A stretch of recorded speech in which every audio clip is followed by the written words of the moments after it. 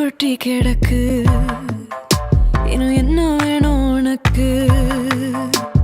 சொர்க்கம் இங்க இருக்கு, கள்ளமுள்ள நெஞ்சு காதல் என்ற